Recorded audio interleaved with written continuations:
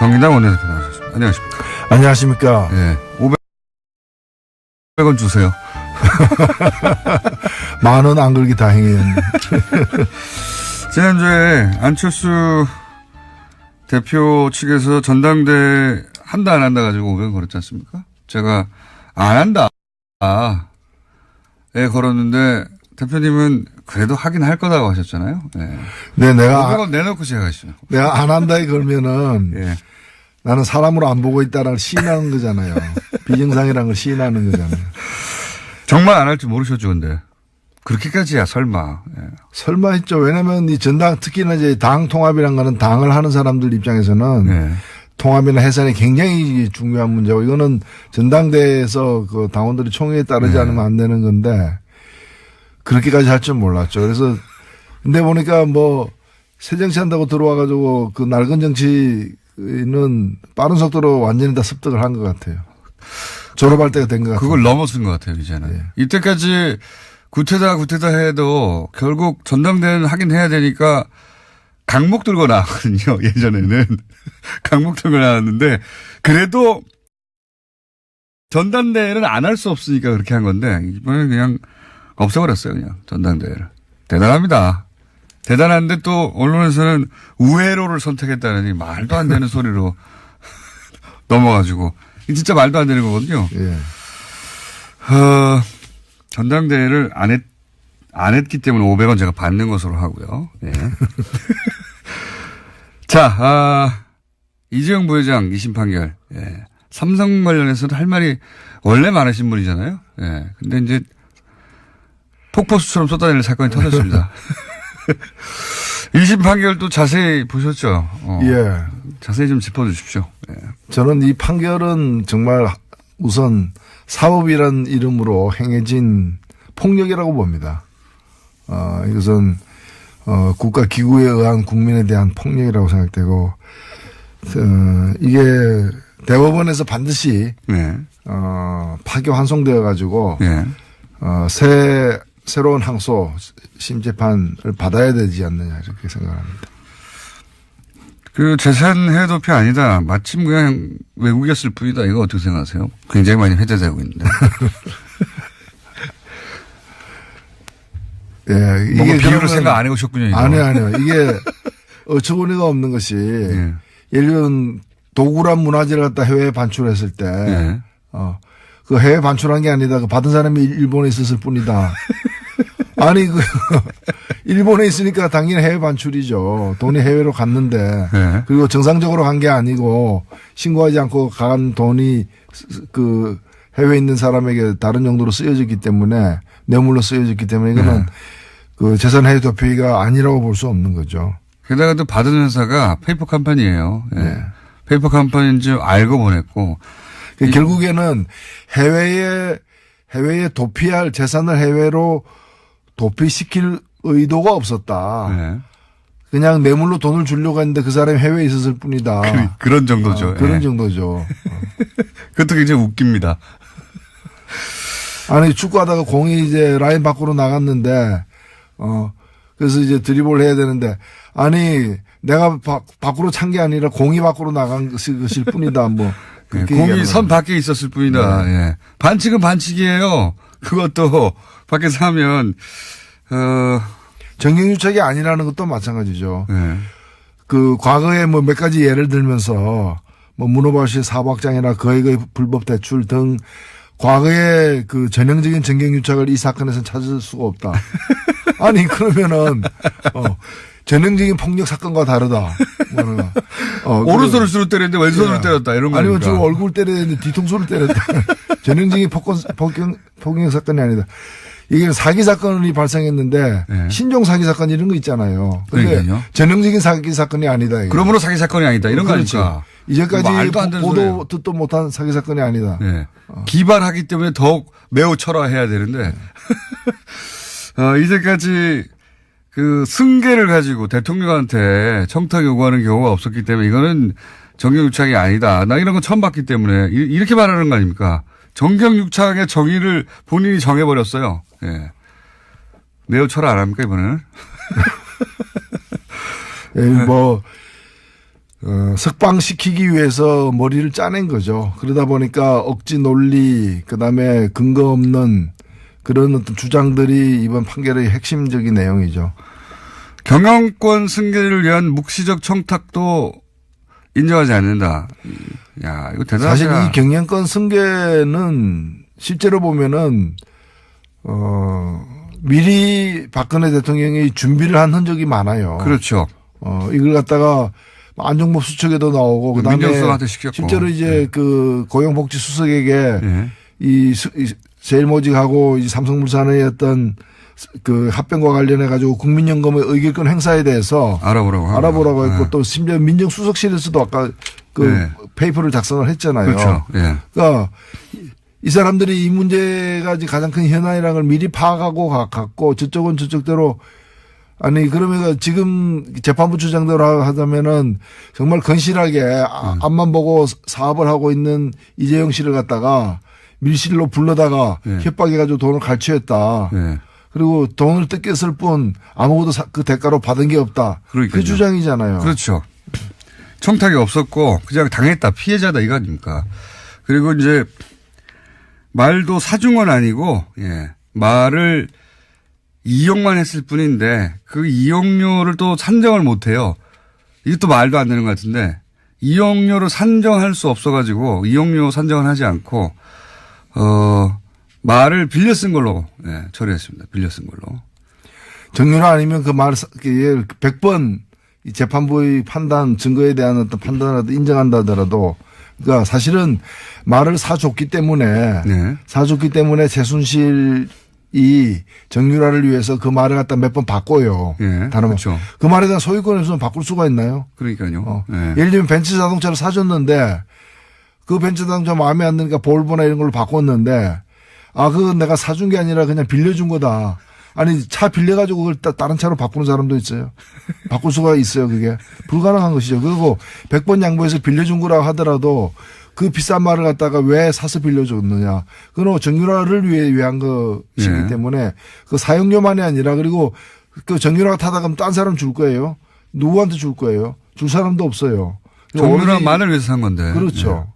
그렇기 때문에 이걸 갖다가 빌려준 거고 빌려준 그 비용은 산정하기 어렵다. 그런 거 산정하기 힘들면 판사에서 내려와야지. 그래서 산정하기 어려운 게 아니라 산정하기 싫다. 그렇죠. 왜냐하면 그 산정해버리면 액수가 커지거든요. 그렇죠. 예. 아니 뭐 수십억짜리 말을 한 번 타면 당연히 엄청나게 비싸게 빌려서 타야 되지 않습니까? 그 돈 계산해가지고 쓴 동안 해버리면 돈이 올라가고 그러면 집행유예를 할 수 없으니까요. 말이라는 것도 그것이 가장 좋은 어떤 상태일 때 아주 일정한 기간 타는 것이지 그 말 가지고 뭐 30만 킬로 40만 킬로 탈 거예요. 그렇잖아요. 그렇기 때문에 그 말의 그 가격이라는 것이 바로 불과 짧은 순간에 다 쓰여지는 사실은 가격인 것이거든요. 네. 아니 그리고 저는 피해자 논리가 전혀 이해가 안 가는 게요. 정말 이게 말이 안 된다고 생각하는 게 결국 이런 행위의 결과로 이재용 부회장이 그 지배권이 더 강화됐어요. 그러니까 재산권이 강화됐습니다. 부자가 됐습니다. 더 말하자면 피해자가 강도를 당하는데 더 부자가 되는 게 있습니까? 말도 안 되는 거죠. 부자가 됐어요. 더. 그러면 그 결과를 보고 이게 주고받았구나 생각해야 되는데 그 안 보는 거죠. 아예 그쪽으로는. 그래서 피해만 입었다고. 네. 그래서 졸지에 삼성의 이재용 부회장이 피해자가 됐습니다. 조선일보도 피해자를 범죄자로 만들었다고. 사실은 여러 그 K스포츠 미르재단에 돈 놀린 재벌들이 이제 10군데가 넘습니다. 근데 그중에 유독 삼성만이 자신들의 그 경영권 승계와 같은 큰 어떤 과제를 갖다가 편법으로 해결하기 위해 가지고 권력에 접근했고 어찌 보면은 다른 어느 재벌도 발견하지 못한 최순실이라는 사람의 존재를 삼성이 유일하게 발견했고 유일하게 접근했어요. 그래서 독점하려고 한 사실 거죠. 당시에 SK라거나 하나라거나 여러 가지 롯데라거나 기업 현안들이 있는 재벌들이 많았어요. 그들은 발견하지 못한 그 최순실이라는 대통령의 특수관계인을 갖다가 발견했고 최순실의 아킬레스건이 정유라한테 있고 정유라의 가장 큰 문제는 말이라는 것까지 다 알아내가지고 집요한 어떤 승마협회 마사회 다 도운다고. 다 해가지고 이제 그 뇌물을 갖다가 주고 사실 일을 성사시킨 거거든요. 네. 근데 이걸 갖다가 딴 재벌들은 그 피해를 보지 않았는데 삼성만 피해 본 것처럼 그렇게 지금 돼버린 거잖아요. 그러니까 이 승마협회 마사회까지 다 이렇게 동원하는 거는 그럼 뭡니까 도대체. 예. 도저히 이해가 안 갑니다, 저는. 어떻게 이런 논리가 나올 수가 있는 건지. 그리고 이제 국민연금. 네. 그러면 국민연금 혼자 그런 일을 한 거예요. 삼성은 요구하지도 않았는데 혼자서 괜히. 그 무용표, 이사장은 혼자 갇혀 있습니다, 지금. 자기 전에 인정하고. 시킨 사람이 없어요. 네. 혼자 억울하게 갇혀 있어요. 아무도 안 시켰는데 혼자 해가지고. 이게 대법이라는 것이 그 사실관계를 따지진 않지만 증거 채택 여부에 대한 심리와 그다음에 이제 법리 적용에 대한 심리는 하는 것이거든요. 네. 저는 이 부분에서 가장 심각하게 이제 대법원에서 앞으로 다뤄줘야 될 부분이 바로 이 어떤 뇌물죄와 관련해 가지고 경영권 승계를 돕지 않았다라는 이 판단. 네. 경영권 승계는 삼성의 노력에 의해서 저절로 이루어진 그리고 저절로 문영표라는 사람이 네. 아무런 이 권력적인 어떤 외압 없이 그냥 알아서 그냥 판단해 가지고 도와줘서 따름인. 근데 이 부분하고 그다음에 재산 해외 도피 부분 네. 이 두 부분은 반드시 판결을 갖다 엎어야 된다고 생각합니다. 그리고 수첩도, 예. 그냥 안정범. 생각나서 그렇게 썼다는 거예요. 그냥 뭐 안정범 일기장입니까? 아니, 오늘 갑자기 경기권 승계가 생각났다. 이렇게 해서 적은 거예요.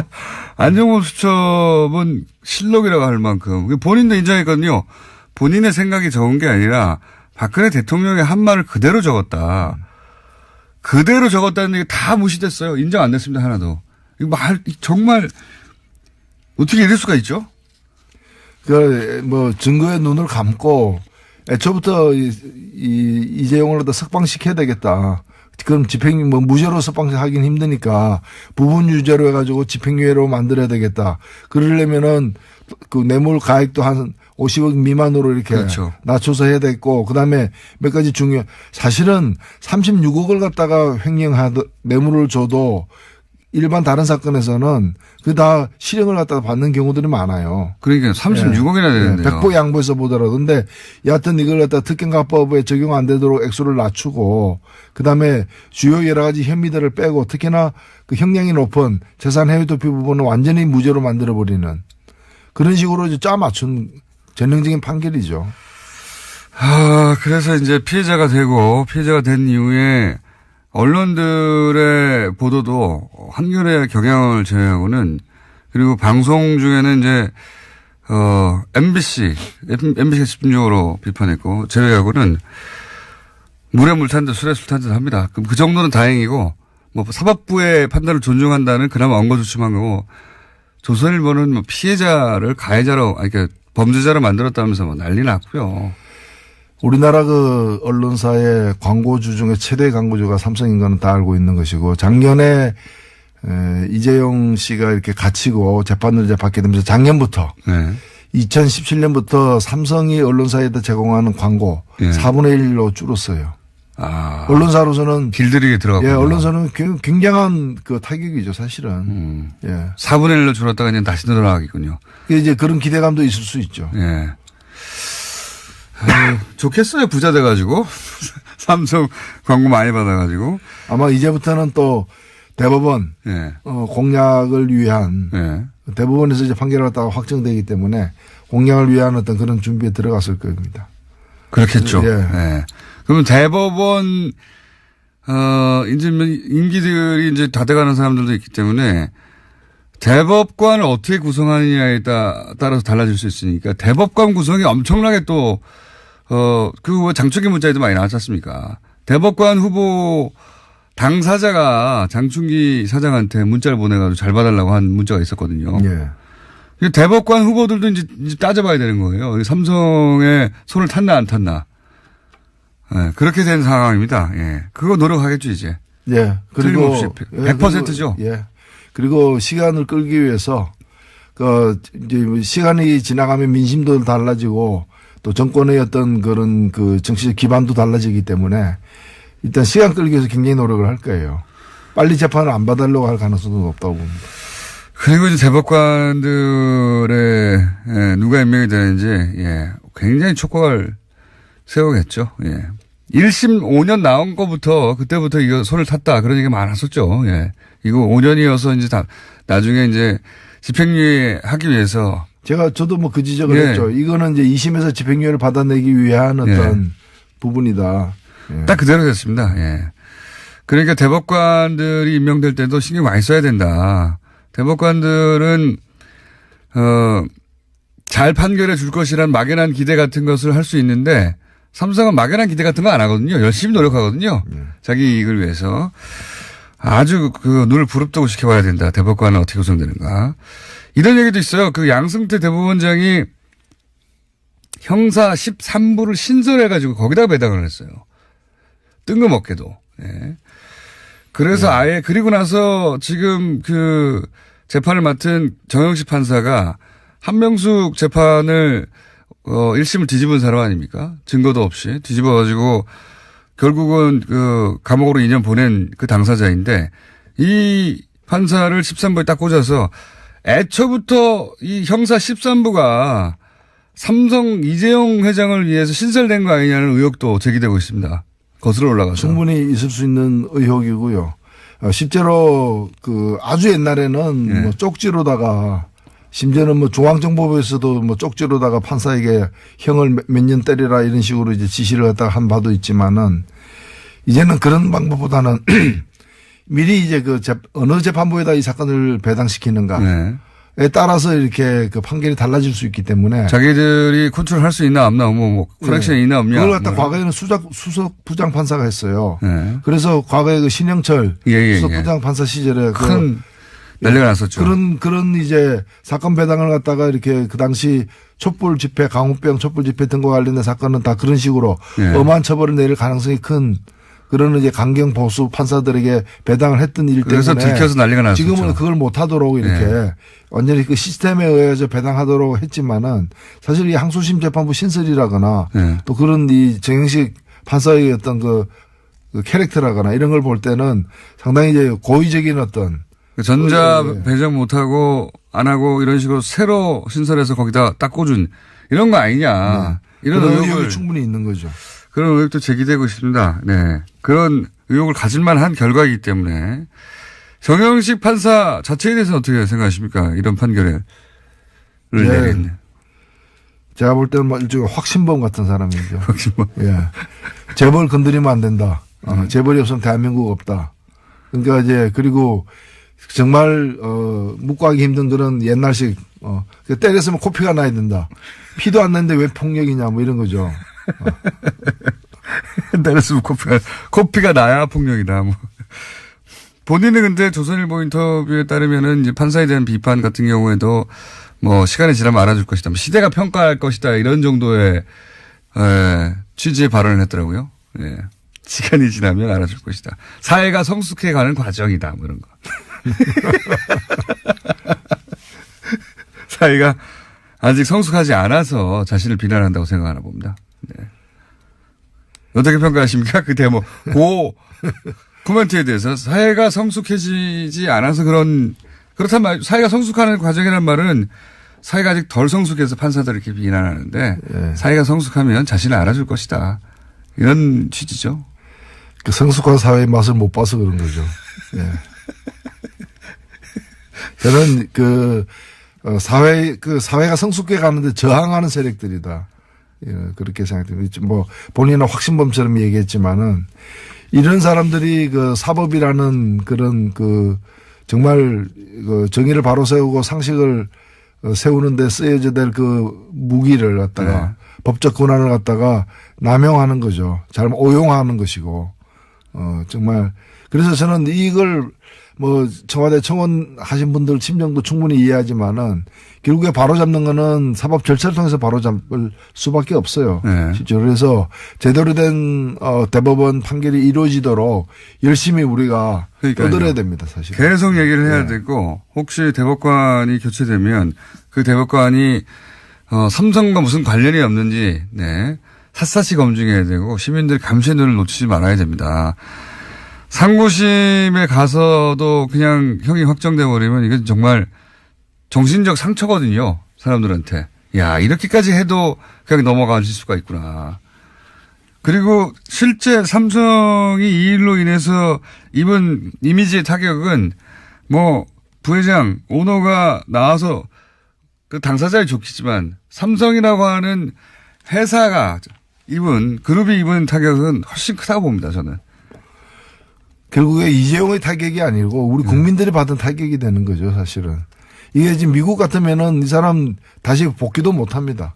이런 판결이 나올 수도 없지만은 이건 뭐 그전에도 제가 말씀을 드렸습니다만은 미국 같으면 이게 수십 년의 40년, 50년의 형량이 나와야 될 부분들이에요. 그렇죠. 기업 그 화이트 칼라 범죄에 대해서 굉장히 엄격한데 우리는 유독 그 화이트 칼라라고 하는 게 이제 화이트 칼라도 정확하게 맞지 않고 사실은 재벌이죠, 재벌. 하여튼 이 문제는 저희가 계속 다뤄가겠고요. 권성도 의원이 강원랜드 채용 비리에 외압을 행사했다라고 현직 검사가 폭로했어요. 현직 검사 폭로 이거 쉬운 일이 아닌데 서검사에 이어서 안 검사가 폭로를 했습니다. 그러면 이게 난리가 나야 되는 거 아닙니까? 예, 이게 지금 안 그래도 난리는 좀 나고 있죠. 나고 있는데 국회 차원에서 조금 나고 있는 것 같은데. 예, 이 부분은 저는 지금 안미연 검사가 이걸 폭로를 하니까 춘천지검에서 또 반박을 하고 안미연 검사는 또 재반박을 하는 지금 상황인데 그러니까 소속 검사와 검찰 당국이 싸우고 있는 상황입니다. 이거는 검찰 내에서는 판정이 날 수가 없어요. 맞습니다. 제대로 된 그 결과가 나올 수 없기 때문에 이거야말로 검찰 바깥에서 특검을 임명해 가지고 수사를 다시 재수사를 해야 될 사안이다. 지금 뭐 독립수사 뭐 얘기도 하고 하는데 이제 그 일선 어떤 이 검찰관들에게 검찰에게 이걸 맡겨가지고 대검에다가 보고하지 않고 수사해라라는 건데 그게 2심 전심 눈빛만 보면 다 아는 것인데 무슨 보고하지 말고 하라는 게 말이 됩니까? 보고를 안 하면 물어보겠죠, 전화로. 예. 그래서 이거는 정상적인 어떤 이 조사가 이루어질 수 없는 부분이기 때문에 특검을 갖다가 도입을 해서 이걸 빨리 수사를 맡게 된다고 봅니다. 법사위에 계시면서 이제 겪어보셨잖아요. 권성동 위원장. 스스로 사임할 사람이 아니죠. 아니죠. 예.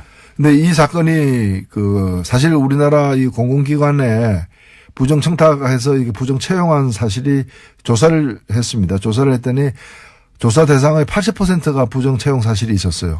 그 중에 가장 이제 채용된 사람 전원이 다 부정 채용된. 그렇죠. 전원이 한두 명이 아니라 80%가 아니라 전원이. 예. 그래서 이게 오죽했으면은 신임 사장이 지금 사장이 이렇게 취임을 해가지고 보니까 너무 엉망이니까 이 사람이 컴퓨터를 갖다가 통째로 이걸 검찰에 갖고 갔어요. 통째로. 예. 그래서 증거는 완벽해요.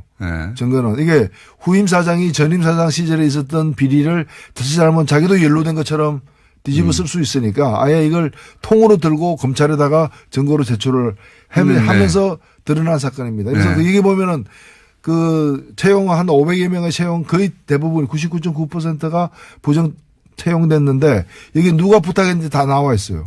여기에 현역 의원 이름이 5명 나옵니다. 그리고 전직 의원 이름이 2명이 나옵니다. 이 7명이 모두 같은 당이에요.